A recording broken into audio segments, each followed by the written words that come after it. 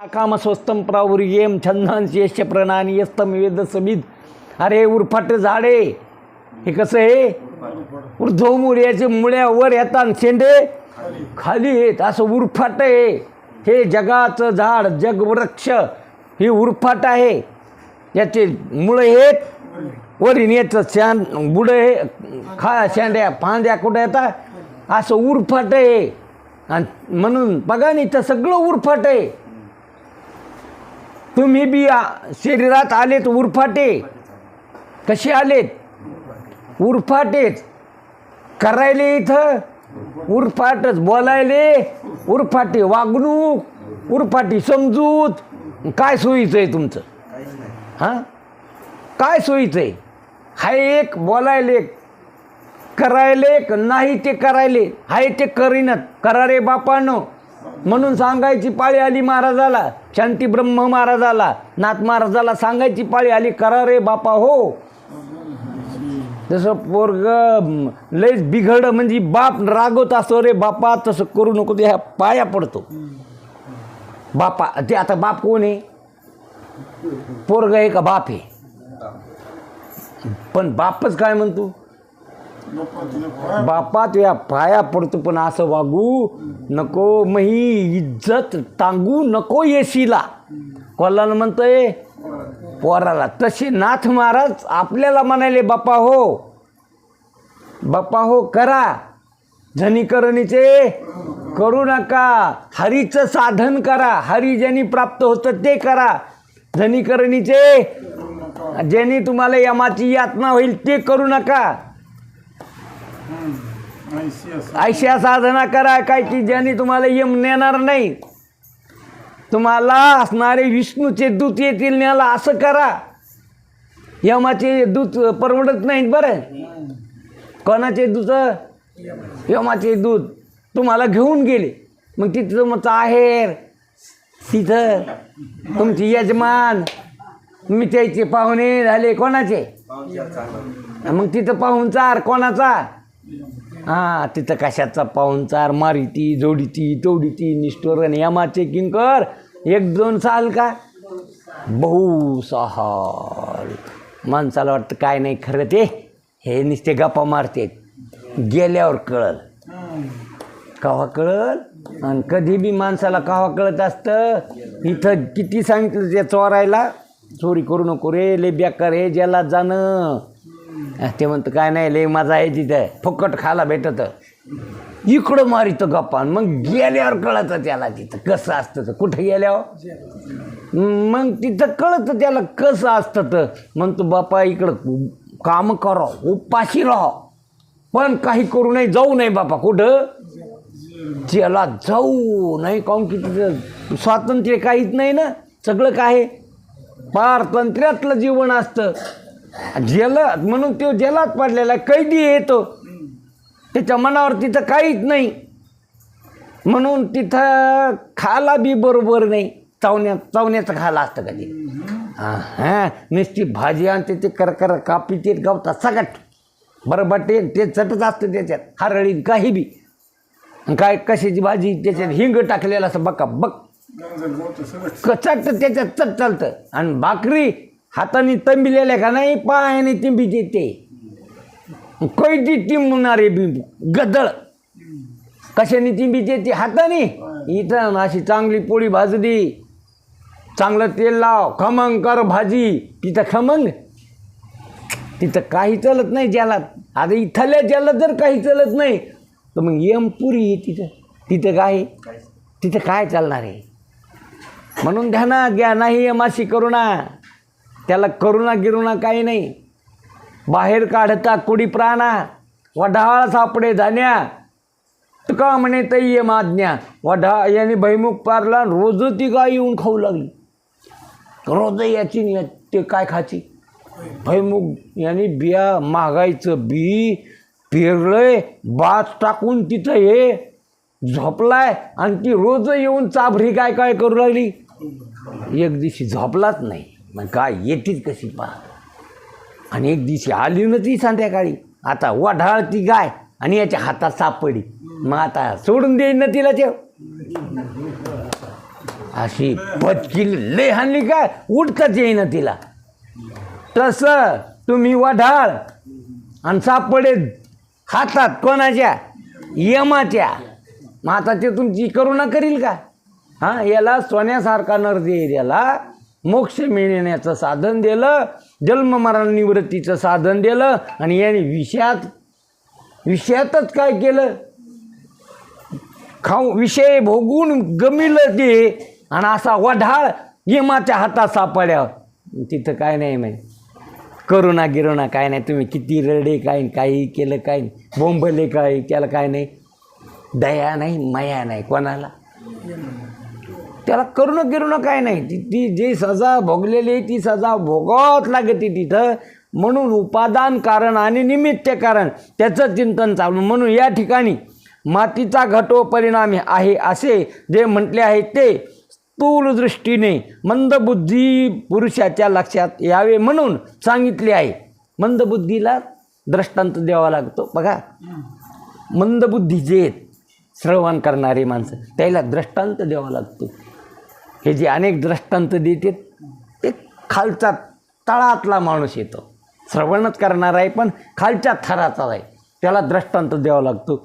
आणि जर वरचा असेल त्याला प्रमाणाने पटावं लागतं. तुकाराम महाराज असं म्हणले, ज्ञानेश्वर महाराज असं म्हणले, त्याला प्रमाणाने कळत असतं, त्याला प्रमाणाची गरज आहे. आणि त्याच्या वरचा जर अधिकारी असेल त्याला केवळ सिद्धांत सांगितला की लक्षात येतं. याच्यातलं सांगितलं ना, शंतनू राजाचे 2 पुत्र. झाली ना कथा आपली ती. शंतनू राजाचे 2 पुत्र, दृष्टी तर्कदृष्टी आणि अदृष्टी असे 3 जण. म्हणून जो दृष्टी होता त्याला एकदा सांगावं लागलं, तू सच्चिदानंद ब्रह्म आहे, अरे सगळं तुझ्यावर मिथ्य आहे. ऐकल्याबरोबर त्याला मोक्ष झाला. कारण की तो फार हुशार होता. तो दृष्टी होती त्याच्याकडं, मलविक्षेप गेलेले होते, आवरण राहिलं होता. फक्त त्याला एकदा ऐकल्याबरोबर त्याचं काय झालं. तुका म्हणे, कानी ऐकली मात तोया झाला घात जीवपाना, काना वचनाची या भेटी परिसाची पिकिरटी, वस्तू उनवटी कवणू ऐकू जो. स्वरूपावरच बसला तो जाऊन. पण दुसरे जे 2 होते त्याचे तर्कवादी होते. त्यांनी अनेक प्रश्न केले, त्या प्रश्नाचंच आता हे चिंतन चालू आहे आपलं, त्याचंच चालू आहे. तोच असणारा म्हणतो की महाराज, म्हणून सूत्र भाषाच्या 2ऱ्या अध्यायाचे तदनंतमास नशुबुद्धी हा. म्हणून या सूत्रावर भाष्य लिहिण्यास भगवान शंकराचार्याने मृत्तिकेच्या दृष्टांताने गतमिथ्यात्वम सांगितले आहे. गतमिथ्यात्वम हे सगळं मिथ्य आहे. जे तुम्हाला प्रतीतील आलं हे सगळं कसं आहे, मिथ्य आहे. आपल्याला मिथ्या कळत नाही. काय कळत नाही? मिथ्या कळत नाही. मिथ्या म्हणजे दिसू द्या पण खरं नाही. यालाच काय म्हणते, दोरीवारचा सर्प दिसू द्या पण कसं नाही, खरा नाही. दोरी कळालं की उडाला. ते दोरी कळाल्यानंतर कुठं गेला, पळून गेला का मेला नाही ठरला. तो मिथ्या होता. तो दोरीच्या अज्ञानामुळं भासला होता. दिसला बी नाही, नव्हता बी, दिसला बी नाही, भासला होता. कशामुळं? केवळ दोरीच्या अज्ञानामुळं सर्प भासला होता. आणि सगळ्याला नाही.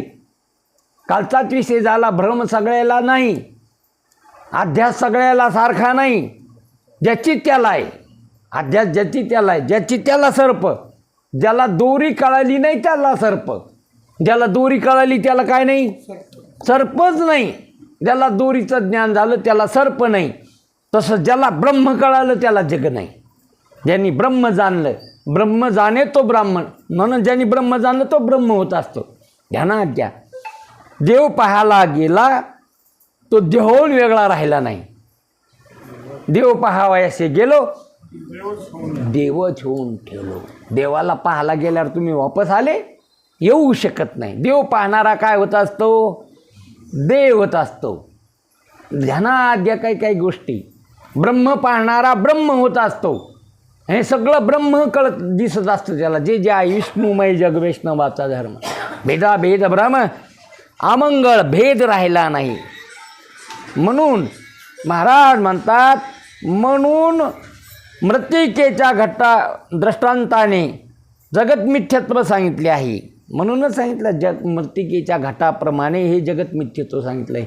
सांगायचं एकच, हे जग कार्य आहे, याचं कारण उपादान कारण माया आहे आणि मायेचं अधिष्ठान ब्रह्म आहे. तीनच गोष्टी आहेत बघा. हे कार्य जग, ह्या जगाला उपादान कारण माया आणि मायेला अधिष्ठान ब्रह्म. इतकं जरी लक्षात घेतलं तर बस झालं. ही इतक्या टोटगेच हे ते ले मोठं नाही. हां, इतकं ले मोठं सांगावं लागतं फक्त इतक्यामुळंच. इतक्या वरांनी जमा केल्या, आचारी लावले, बाजावाले लावले, डिज्यावाले लावले, इतकंच असतं. 5 मंगल असतं का? बस झालं, काहीच नसतं बाकी. कितकं असतं? 5 मंगल असते. आणि 5 मंगला शेवटी झालं. आता वाजंत्री बहुबल गलबाला न करणे, बस झालं. हो, सावधान. आणि इतका एवढा मांडवण, एवढ्या वराडणी, आचरीन, हे इतकं कशासाठी? इतक्यासाठीच. तसं इतकं कशासाठी? इतक्यासाठीच हे जग कार्य आहे, त्याला कारण माया आहे आणि मायेला अधिष्ठान ब्रह्म आहे. अधिष्ठान कोण आहे? जेथून चराचर हरीशी भजे. हे चराचर प्रतितीला आलं हरीच्या अधिष्ठानावर. अधिष्ठान आहे हरी आणि चराचर त्याच्यावर नसलेलंच काय आलं? म्हणून अव्यक्त निराकार नाही ज्या आकारण जेथून चराचर. एका वाक्यातच प्रश्न मिटीला माऊलीनं लय मोठं नाही सांगितलं. काऊन की ब्रह्म अव्यक्त आहे, ब्रह्म अरूप आहे, अव्यक्त निराकार नाही ज्या आकार. आणि जेथून चराचर, काही चर आहे काही आचर आहे. हे चराचर भासायले कोणावर? हरीवर. आणि हरी अधिष्ठान आहे. म्हणून ध्यानात घ्या, हरीच म्हणजे आत्मा. हरी म्हणजे कोण? आत्मा. आत्मा म्हणजे कोण? मी. आत्मा शब्द तुम्हाला चिटकतो, देहाला अनात्मा शब्द चिटकतो, इंद्रियाला अनात्मा चिटकतो, बुद्धीला अनात्मा चिटकतो, मनाला अनात्मा आहेत. ते तुम्ही नाही, तुमचं नाही, ते खरं नाही. जे तुम्ही नाही, तुमचं नाही, खरं नाही, ते अनात्म्यात टाकून दिलं पाहिजे. व्यवहारात करीत नाहीत का तुम्ही? जे व्यवहाराला कामी येत नाही ते भंगारा घरात टाकून देतात. कुठे टाकून देता? हां, भंगार घरात टाकून देतात. ते तुमच्या व्यवहाराला काय नाही, कामी नाही. तसं हे अनात्मा, हे अनात्म्या वर्गात टाकून द्या. देह तुमचा नाही, तुम्ही नाही, खरा नाही. हे खरं आहे. बरं, किती कळतं तुम्हाला? कळून घ्या. देह तुमचा का नाही? देह तुम्ही का नाही? देह खरा का?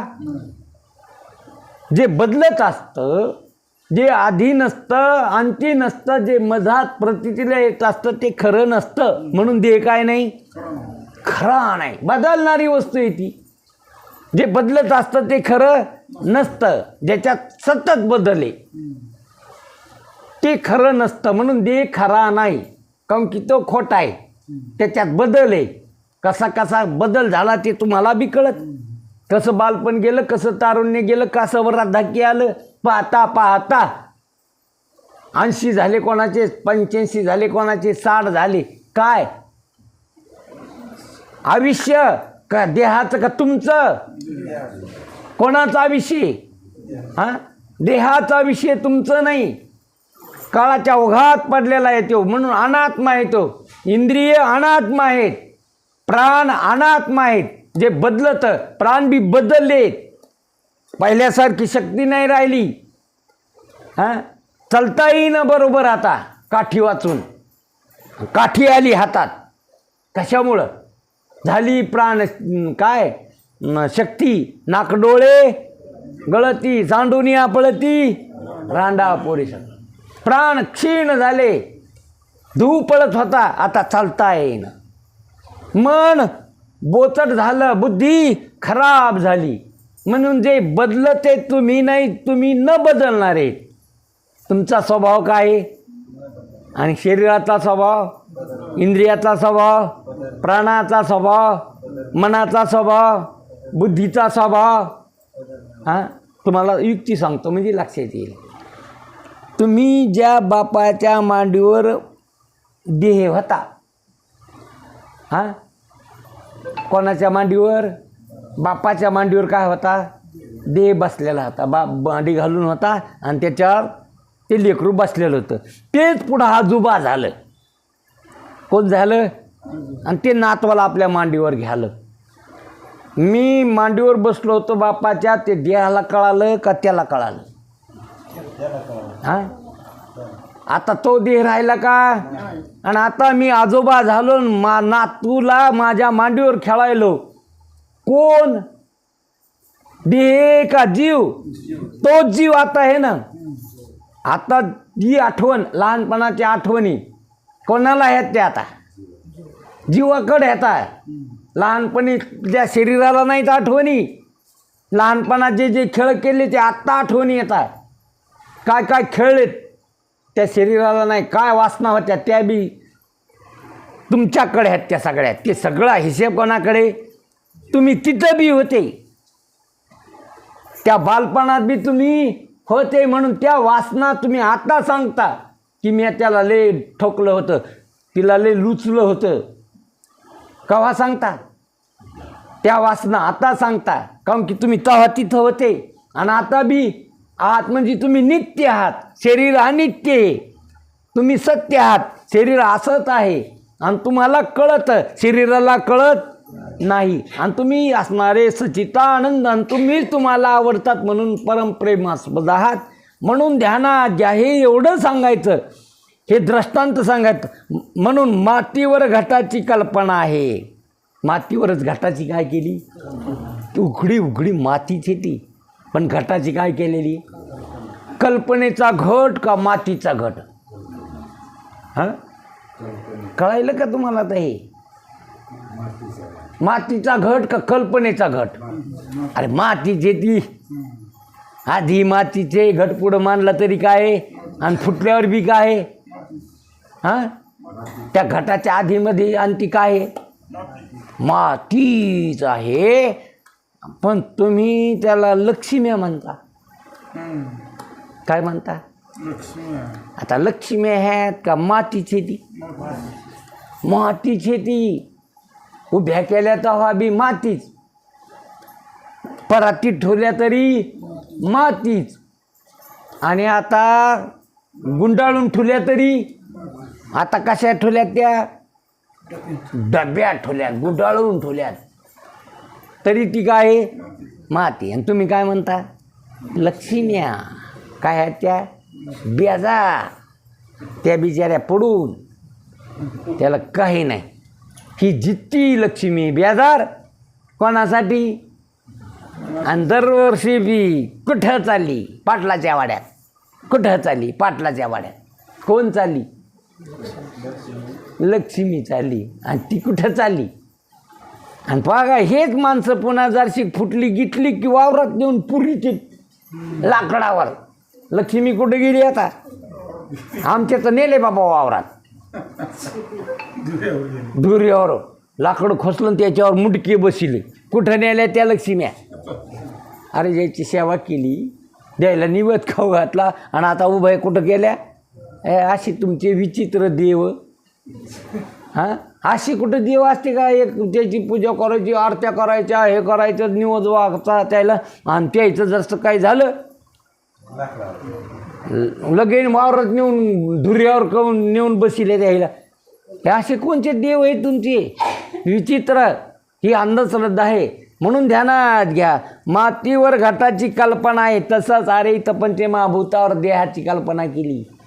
उघडे उघडे काय आहेत? पृथ्वी, पाणी, अग्नी, वारा, आकाश काय? आणि त्याला तुम्ही काय म्हणाले? देह म्हणाले का मी म्हणाले? पुन्हा देह बी वाटायला का मी वाटायलो? आणि आहे काय? पंचमहाभूताचा सांगळा आहे. घटरूपानी माती आहे, पातळ रूपाने पाणी आहे, उष्ण रूपाने अग्नी आहे, चंचल रूपाने वारा आहे, आणि पोकळ रूपाने आकाश आहे. काय आहे याच्यात दुसरं शरीरात? उघडून पाहिलं तर काय? पंचमहाभूत. म्हणून पंचमहाभूताचा गोंधळ आहे. केला एके ठाई मेळ, आणि लाविला सबळ अहंकार त्या पाठी. तुमचा अहंकार आहे. तुम्हीच काय लावला बळजबरीनं? काय लावलाय? अहंकार लावला. कशावर? पंचमहाभूतावर. मी दे असं वाटतो. मी अमुक राहावे, ठमुक राहावे, फुलाने राहावे, बिस्ताने राहावे. कशावर राहावं? पंचमहाभूतावर. आणि जर विचार केला तर उघडी उघडी काय तर हां मग भीमराव शामराव भीमराव कल्पना आहे का? केवळ पंचमहाभूत आहेत. याच्या जर पलीकडं पाहिलं तुम्ही, पंचमहाभूत आहेत का त्रिगुणाचे आहेत? तमगुणाचा आकार, रजगुणाच्या क्रिया, सत्वगुणाचे विचार, याच्याशिवाय काय इथं? हां आकार केवळ तमगुणाचा. 3.5 हात असेल जो आकार तो कोणाचा आहे?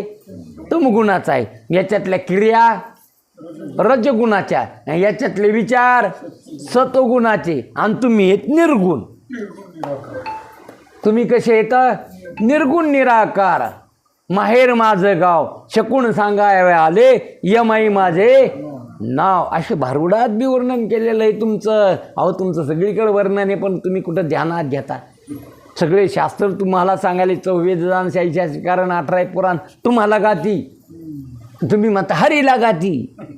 टाळ मृदंग लावून कोणाला गाती? आणि कोणाला गाती ती?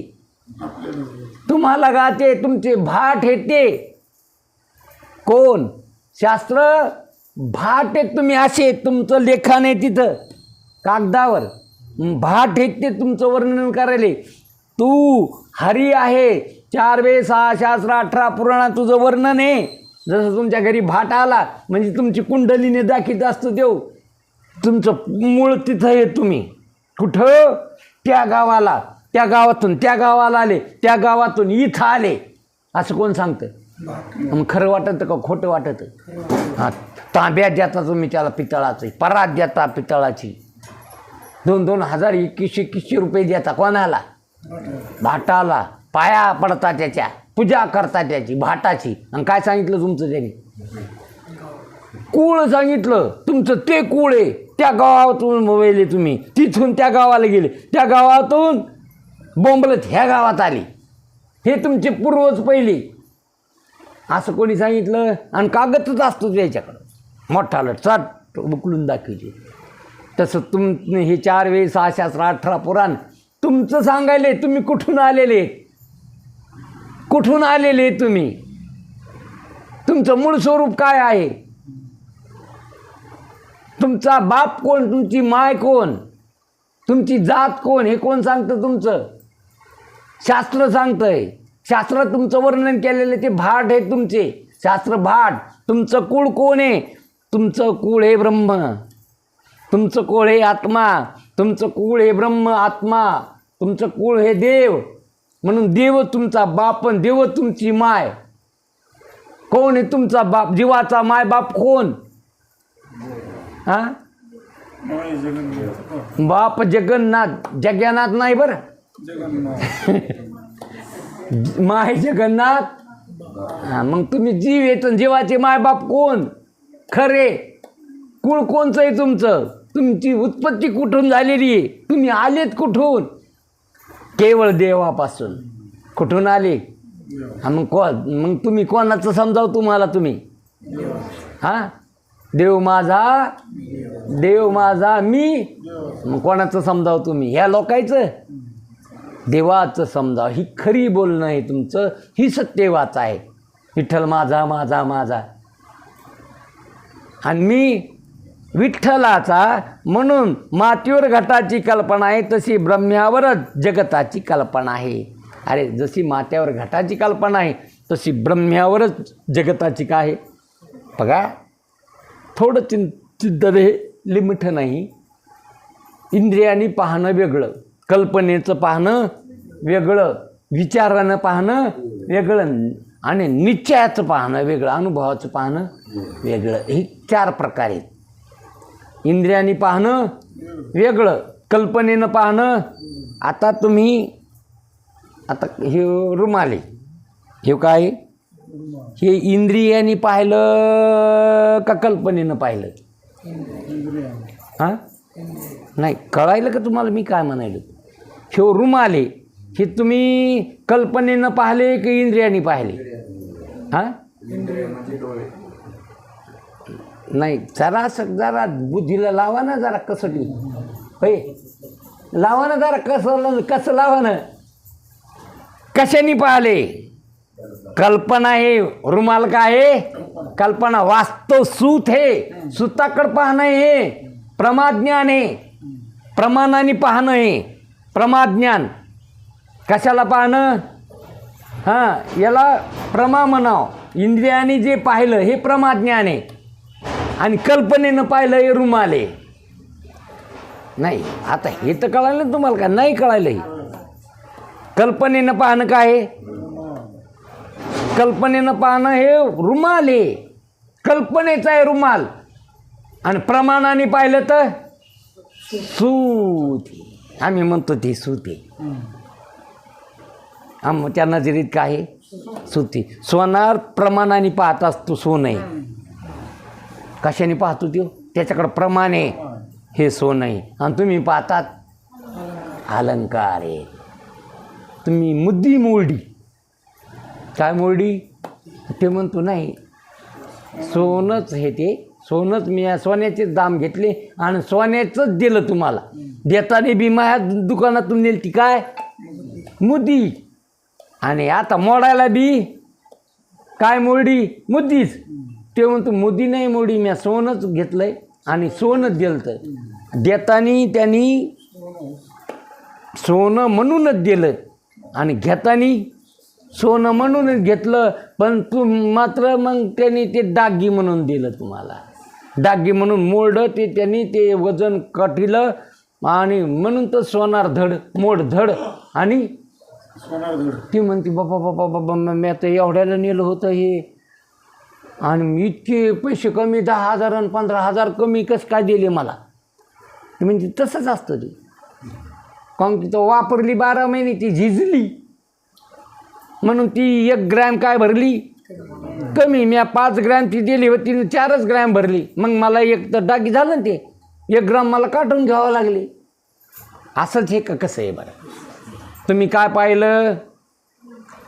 अलंकार. मग कल्पना आहे का वास्तव आहे? ते तसं तुम्ही हे जग पाहिले नावरूपात्मक, ही कल्पना आहे का वास्तव आहे? आणि जर तुम्ही पाहत असाल तर मग प्रमाणाने जर पाहत असाल तर भ्रम येतो. प्रमाज्ञानाने काय? भ्रमज्ञान उडत असतं. कोण्या ज्ञानाने? प्रमाज्ञानाने. आणि देव कळून घेण्याकरता फक्त शब्द प्रमाणच बाकी आहे. देव कळायचा असेल तर कशामुळं? शब्दानेच कळल. आम्हा घरी धन शब्दाचीच रत्ने, शब्दाचीच येतने प्रयत्न करू.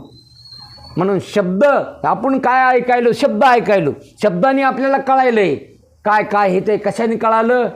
शब्दाने कळालं. देव बी शब्दानेच कळालं आहे अशी. म्हणून ब्रह्म्यावर जगताची कल्पना आहे. दृष्टांतामध्ये माती सत्य असून घट सत्य मिथ्या आहे असे. ब्रह्म सत्य असून त्यावर जगत हे मिथ्ये भासलेले आहे. म्हणून जसं मातीवर घट कल्पना आहे, घट मिथ्या आहे, माती खरी आहे, तसंच जगत मिथ्या आहे, ब्रह्म सत्य आहे. जगत मिथ्यम ब्रह्म सत्यम, जीव ब्रह्मायना पराह, हा सिद्धांत आहे. तात्पर्य मृत्तिकापटाचा दृष्टांत हा विवर्तवादाचा दृष्टांत आहे.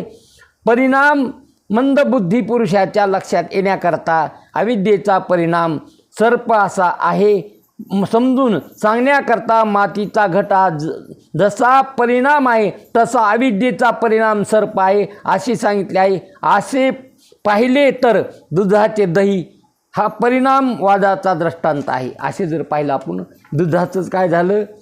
दही झालं, दूधच झाले. म्हणून महाराज म्हणतात अशा प्रकारे जर पाहिलं तर आपण लक्षात जर घेतलं तर हे जग आध्यस्थ आहे आणि ह्या जगाला अधिष्ठान ब्रह्म आहे. ब्रह्मच काय आहे? अधिष्ठान आहे. आणि ती माया उपादान कारण आहे. मायेमुळे हे जग भासायलं. म्हणून कारण ध्यानात घेऊ नये, कार्य ध्यानात घेऊ नये. कार्यापेक्षा कारण महत्त्वाचं असतं. आपली नजर कशाकडं असावं? कारण पाहावं आपण, कार्याकडं रमू नये. कार्य दिसत असतं पण कारणाशिवाय कार्य होतच नसतं.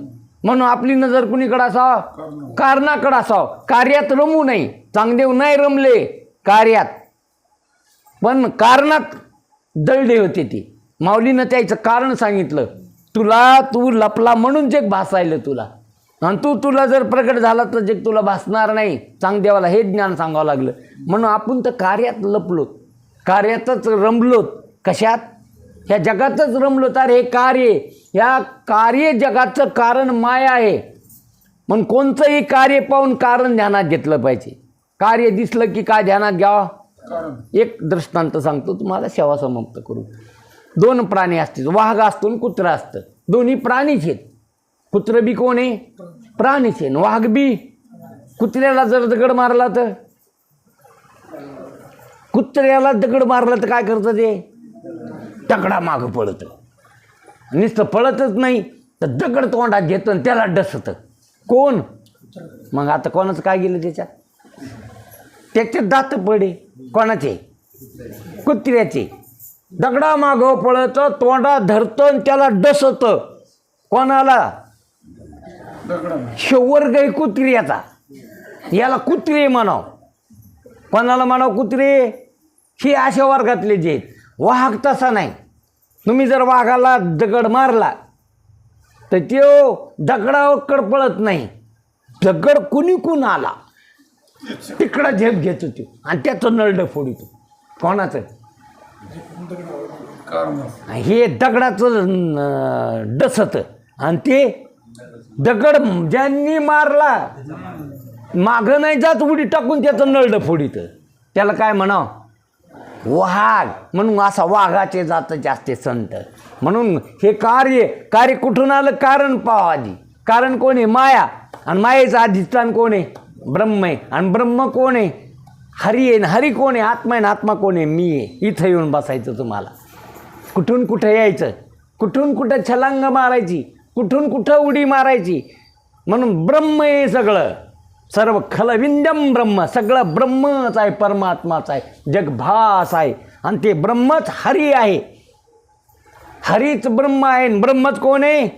एक हरी आत्मा. जीव शिव वाया तू दुर्गमी, दुसरीकडे मन घालू नको. हरीन आत्मा एक आहे, आणि आत्मा तू आहेस, आणि तूच असणारा ब्रह्म आहेस.